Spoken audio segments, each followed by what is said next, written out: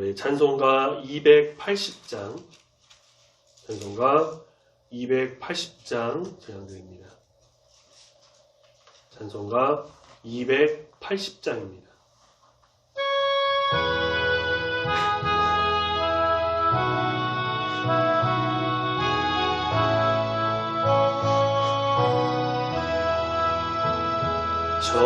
전부여 흘지없어서 손 들고 옵니다.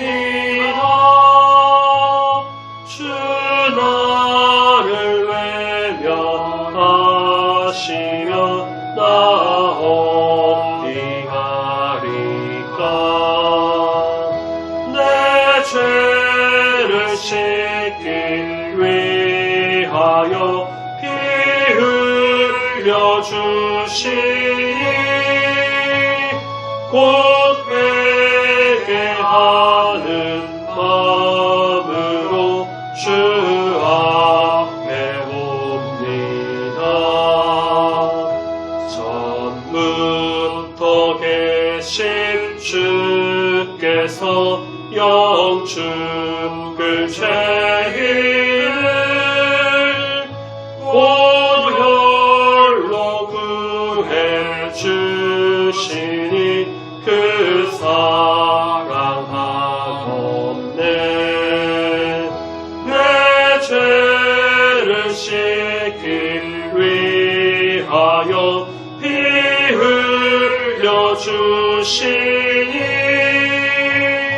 곧 회개하는 마음으로 주 앞에 옵니다. 나 예수 의지함으로 큰 권능 받아서 주님께 구한 모든 것을 얻겠습니다. 내 죄를 씻기 위하여 피 흘려 주시니 곧 회개하는 마음으로 주 앞에 옵니다.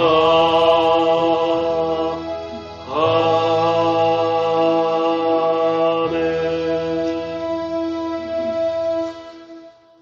사도신경으로 신앙 고백드립니다. 전능하사 천지를 만드신 하나님 아버지를 내가 믿사오며 그 외아들 우리 주 예수 그리스도를 믿사오니 이는 성령으로 잉태하사 동정녀 마리아에게 나시고 본디오 빌라도에게 고난을 받으사 십자가에 못 박혀 죽으시고 장사한 지 사흘 만에 죽은 자 가운데서 다시 살아나시며 하늘에 오르사 전능하신 하나님 우편에 앉아 계시다가 저리로서 산자와 죽은 자를 심판하러 오시리라.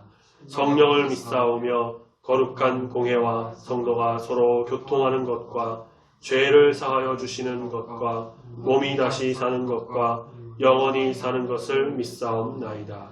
아멘. 하나님 말씀 마태복음 16장 마태복음 16장 1절부터 12절까지의 말씀입니다. 신약성경 27페이지 마태복음 16장 1절부터 12절까지의 말씀 천천히 한 목소리로 같이 읽습니다. 시작. 바리새인과 사두개인들이 와서 예수를 시험하여 하늘로부터 오는 표적 보이기를 청하니 예수께서 대답하여 이르시되 너희가 저녁에 하늘이 붉으면 날이 좋겠다 하고 아침에 하늘이 붉고 흐리면 오늘은 날이 굳겠다 하니 너희가 날씨는 분별할 줄 알면서 시대의 표적은 분별할 수 없느냐. 악하고 음란한 세대가 표적을 구하나 요나의 표적밖에는 보여줄 표적이 없느니라 하시고 그들을 떠나 가시니라. 제자들이 건너편으로 갈새 떡 가져가기를 잊었더니 예수께서 이르시되 삼가 바리새인과 사두개인들의 누룩을 주의하라 하시니 제자들이 서로 논의하여 이르되 우리가 떡을 가져오지 아니하였도다 하거늘 예수께서 아시고 이르시되 믿음이 작은 자들아 어찌 떡이 없으므로 서로 논의하느냐 너희가 아직도 깨닫지 못하느냐 떡 5개로 5,000명을 먹이고 주운 것이 몇 바구니며 떡 7개로 4,000명을 먹이고 주운 것이 몇 광줄이었는지를 기억하지 못하느냐 어찌 내 말한 것이 떡의 관함이 아닌 줄을 깨닫지 못하느냐 오직 바리새인과 사두개인들의 누룩을 주의하라 하시니 그제서야 제자들이 떡의 누룩이 아니요 바리새인과 사두개인들의 교훈을 삼가라고 말씀하신 줄을 깨달으니라. 아멘. 우리 예수님께서는 우리가 지난주에 봤던 그 칠병이어라는 작은 것으로 채우시는 놀라운 기적을 보여주셨죠. 그렇게 무리의 배를 굶주림을 채워주시고 무리를 흩어보내세요. 앞장인 15장 39절에 보면 흩어보내시는데 여러 이유가 있겠죠. 우리가 뭐 교회에서 24시간을 지내면서 할 수 없고 가정으로 가야 되는 것처럼 가정일도 중요하니까요. 그래서 흩어서 집으로 이제 돌아가게 하셨을 수도 있고 예수님께서 홀로 기도하시는 일이 종종 있었기에 개인적인 그 기도 시간을 갖기 위해서 흩어보내셨을 수도 있습니다. 어쨌든 그렇게 사람들을 보내시고 이제 다시 유대 지역으로 돌아오십니다. 이때 예수님의 일행을 맞이한 사람이 1절에 바리새인과 사두개인들이 왔어요. 이 두 부류의 조합이 사실 의외의 조합입니다. 왜냐하면 이들은 아주 전혀 다른 성격의 집단이거든요. 이들을 잠깐 비교해 보자면 먼저 바리새인은 정치적으로는 대체로 좀 중립을 지켰던 그리고 각자의 고향에서 지냈고 낮에는 자기들의 어떤 직업이 따로 있어서 그것으로 이제 생계를 꾸렸고 저녁에는 말씀을 사람들에게 가르치는 일을 자주 했습니다. 바리새인은 구약 말씀 전체를 다 중요하게 여기면서 그렇게 말씀을 가르쳤고 특히 뭐 천사를 비롯한 어떤 영적인 존재를 믿었고요. 영혼의 부활과 죽음 이후의 상급 형벌 그리고 인간 평등 등등의 이런 신학적 사상을 가졌던 그런 이제 부류의 사람들이고 집단입니다. 반면에 사두개인은 성전 중심으로 생활했던 지극히 정치적인 집단이었습니다. 그래서 왕과 그 제사장 모두의 친분을 과시하면서 소위 성전 귀족이라고 불렸던 사람들이고요. 이들은 구약 성경 중에 모세오경만을 믿었고 바리새인과는 좀 다르게 영적인 존재를 믿지 않았습니다. 그래서 천사도 없고 사탄도 없고 부활도 믿지 않고 말씀을 이제 문자적으로 해석하는 그런 사람들이었는데 바울이 이제 회심하기 전에 바리새파에 속한 바리새인이었고요. 그래서 바울도 자기의 직업 이제 성막을 짓는 그런 자기의 직업이 있었고 말씀을 가르치는 그런 일을 또 했고 굳이 따져보자면 우리의 어떤 신학적 노선이랄까요? 바리새인과 좀 비슷하다고 할 수 있습니다. 천사, 뭐 영적 세계 부활 다 믿으니까요. 자, 이렇게 다른 두 집단이 하나가 돼서 지금 나온 이유는 바로 그들의 어떠한 공동의 적 예수님이셨기 때문이에요. 그들은 시험을 목적으로 다짜고짜 예수님께 하늘로부터 오는 표적을 보여주기를 청합니다. 예수님은 그들에게 날씨와 관련된 어떤 일반적인 속담을 좀 말씀하세요. 당연한 조건을 통한 날씨의 분별력을 예로 드신 건데 그렇게 시대의 표적을 분별할 수 있어야 할 이 신분과 지위에 있는 바리새인과 사두개인 종교 지도자들의 무지를 질타하십니다. 날씨 예측은 현재 상황에 근거합니다. 2절 예수님이 말씀하시죠. 저녁에 하늘이 붉으면 내일 날이 좋겠고 아침에 하늘이 붉고 흐리면 날씨가 굳을 것이다. 이런 어떤 좀 일반적인 지혜, 기본적인 날씨에 대한 지식은 있으면서 이 시대의 표적을 분별할 수 있는 지혜가 없어서 예수님께 와서 지금 묻는 이 사람들의 무지를 지적하신 겁니다. 하늘로부터 메시아가 왔고 그래서 하늘나라 하나님 나라가 도래했음에도 분별하지 못하는 믿지 못한 채 하늘로부터 오는 또 다른 표적을 구하는 그들을 향해서 뭐라고 말씀하십니까? 악하고 음란한 세대다. 그래서 이 시대의 표적은 하늘의 나라에서 펼쳐지는 예수님의 모든 사역이자 곧 예수님 자신을 의미할 것입니다. 그래서 예수님께서 말씀하신 그들에게 보여줄 표적은 무엇밖에 없다. 바로 요나의 표적밖에 없다라고 말씀하십니다. 이것이 무엇인지는 이 말씀을 지나서 펼쳐질 예수님의 그 예루살렘 사역으로 드러날 것인데요. 자, 그렇다면 이 요나의 표적은 뭘까요? 요나는 어떤 사람입니까? 구약 말씀에서 니느웨 성으로 가서 회개하라라는 하나님의 메시지를 선포하려는 그 하나님의 말씀을 들었으나 순종하지 않고 배를 타고 다시스라는 곳으로 도망간 선지자죠. 그는 다시스로 가던 그 배에서 풍랑을 만나고 바다에 빠지게 되었고 물고기가 삼켜서 물고기 뱃속에서 사흘을 지냅니다. 사흘 뒤에는 물고기가 이제 무트로 요나를 토해내고 나와서는 다시 니느웨로 가서 그때는 니느웨로 제대로 가서 하나님께서 전하러 가신 메시지 회개하라라는 메시지를 전했던 그 요나인데, 자, 요나가 물고기 뱃속에서 보낸 사흘 어떤 시간이었을까요? 그냥 물고기 뱃속에 어떻게 좀 편하게 앉아서 혹은 뭐 이렇게 쉬면서 기도도 하고 묵상도 하고 생각도 하고 그렇게 시간을 보냈을까요?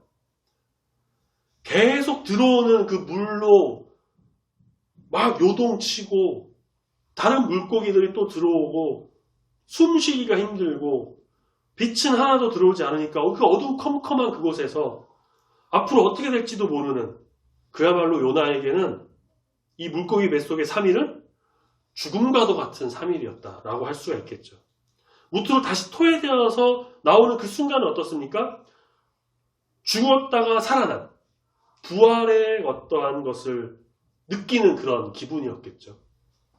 바로 이렇게 요나의 표적은 예수님의 죽음과 부활을 보여줍니다. 예수님은 요나의 3일처럼 십자가에 못 박혀 죽으신 지 사흘 만에 부활하셨습니다. 이 악하고 음란한 세대에 보여줄 표적은 요나의 표적밖에 없다. 이것은 무엇입니까? 바로 예수님의 죽음과 부활이라는 표적밖에는 보여줄 것이 없다라는 것을 말씀하신 것이었고요. 그렇게 말씀하시고 그들의 대화로 그냥 끝납니다.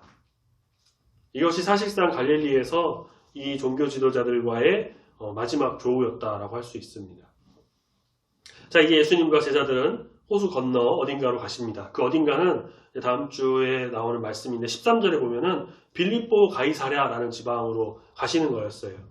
북쪽으로 좀 갔던 거죠. 그 과정에서 제자들이 여정을 위해 이제 음식, 그러니까 떡을 챙기는 것을 깜빡 잊습니다. 그래서 그들끼리 이제 얘기하죠. 아유, 우리가 떡을 가져갈 걸 잊었다라고 5절에. 그들이 의도한 것은 아니었죠. 깜빡하고 실수를 잊은 건데 의도한 건 아니었는데 그들의 이 사소한 실수가 예수님의 어떤 중요한 교훈을 이끄는 배경이 됩니다.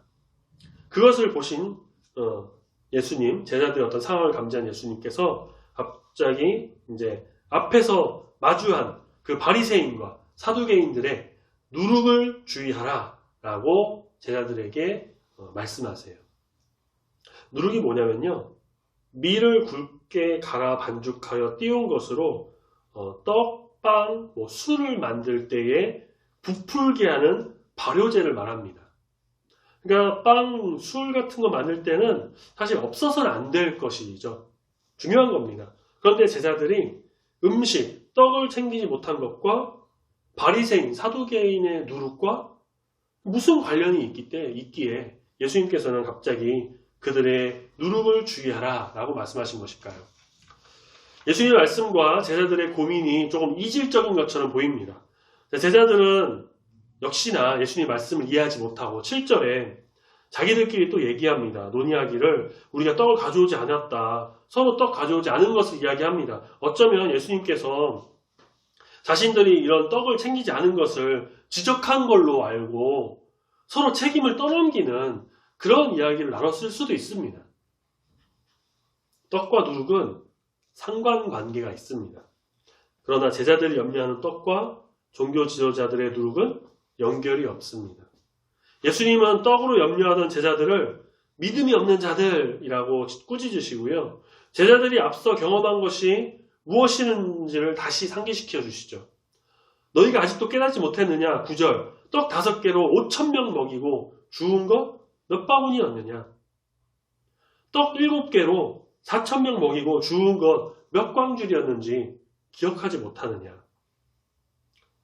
이 놀라운 기적을 제자들은 이미 직접 체험했습니다. 그냥 듣거나 멀리서 본 게 아니라 직접 체험했어요. 거기서. 그런데 예수님 말씀을 듣고 깨닫지 못하고 서로 떡을 가져오지 못한 것에만 대해서 고민하면서 그저 그런 이야기를 나누는 이 제자들은 그래서 책망을 받았던 것이죠.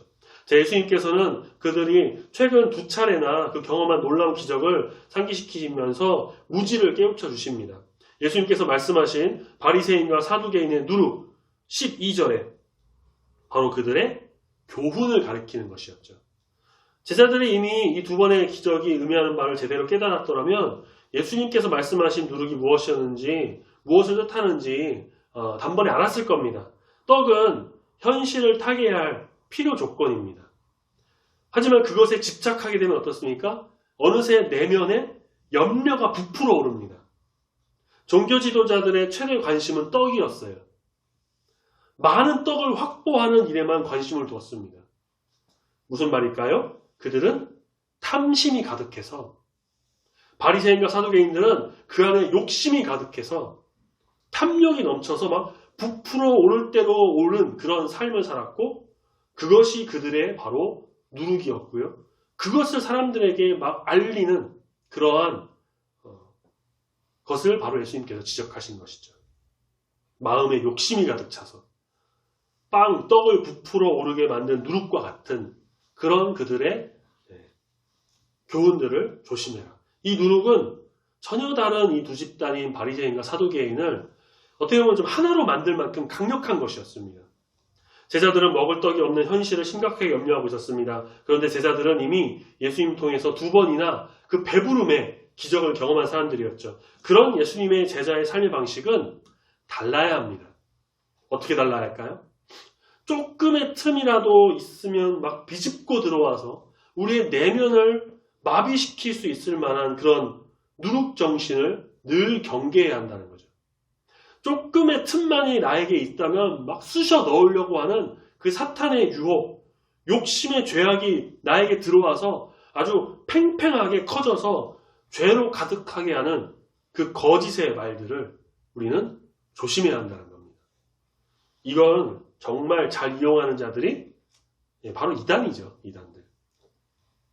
바리새인과 사두개인은 공동의 적이라고 할 수 있는 예수님을 넘어뜨리기 위해서 한순간에 힘을 합쳤고, 그 악한 세대들에게는 요나의 표적밖에 없다라고 예수님 말씀하시면서 이제 곧 있을 예수님의 죽음과 부활을 한편으로 또 예고하셨습니다. 우리가 또 이제 곧 고난주간 부활주의를 앞두고 있는데, 이런 가운데 우리가 좀 더 예수님을 생각하고 말씀을 통해 묵상하면서 그렇게 지내야겠죠. 또한 그렇게 예수님을 공격했던 바리새인과 사두개인의 어떤 누룩을 조심하라고 말씀하셨던 것, 지금 이 시대에는 여전히 바리새인과 사두개인 같은 존재들이 득실되고 있습니다. 아니 어쩌면 그것보다 더한 것이 지금 우리 시대 속에 들어와서 우리와 함께 지내고 있죠. 이단, 종교적인 것뿐만 아닙니다. 문명, 발달, 첨단 과학, 사회, 정치, 경제, 철학 등등, 이러한 것이 우리 안에 잘못된 교훈으로 비집고 들어와서 만약에 그게 커진다면 이기적인 마음, 욕심, 탐욕, 탐식, 정욕 등등 죄악이 우리 안에서 부풀어 올라서 더 크게 돼가지고 우리를 갉아먹는 좀과 같은 것이 될 겁니다. 그래서 우리는 이러한 세대의 교훈을 잘 분별할 줄 아는 하나님이 주신 지혜를 얻기를 항상 간구하고 날마다 말씀과 기도로, 그래서 이 시대를 정말 압도하면서 승리하는 그리스도인이 되어야 할 것입니다. 여전히 활개치는 사탄의 계략을 우리가 잘 이겨내고 믿음으로 전진해 나가는, 그래서 예수 안에 온전히 거하는 성령 충만한 우리 중국의 모든 성도님들이 다 되시기를 소망합니다. 아멘. 찬양하겠습니다. 찬송가 우리 208장. 찬송가 208장을 같이 찬양합니다.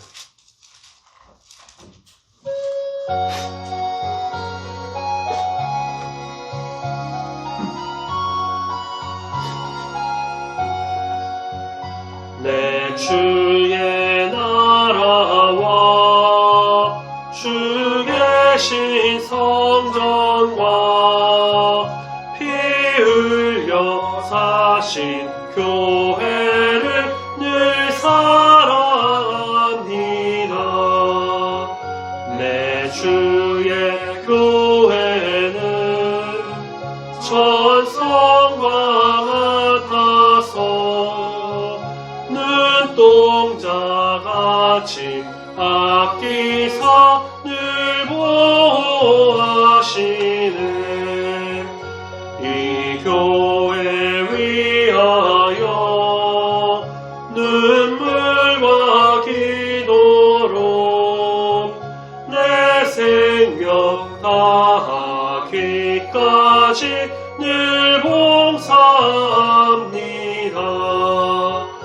성도의 교제와 교회의 위로와 구주와 맺은 언약을 늘 기뻐합니다. 하늘의 영광과 베푸신 은혜가 진리와 함께 영원히 시온에 넘치네.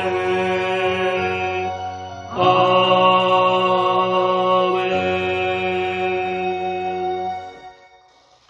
기도하겠습니다. 사랑의 하나님 아버지 감사합니다.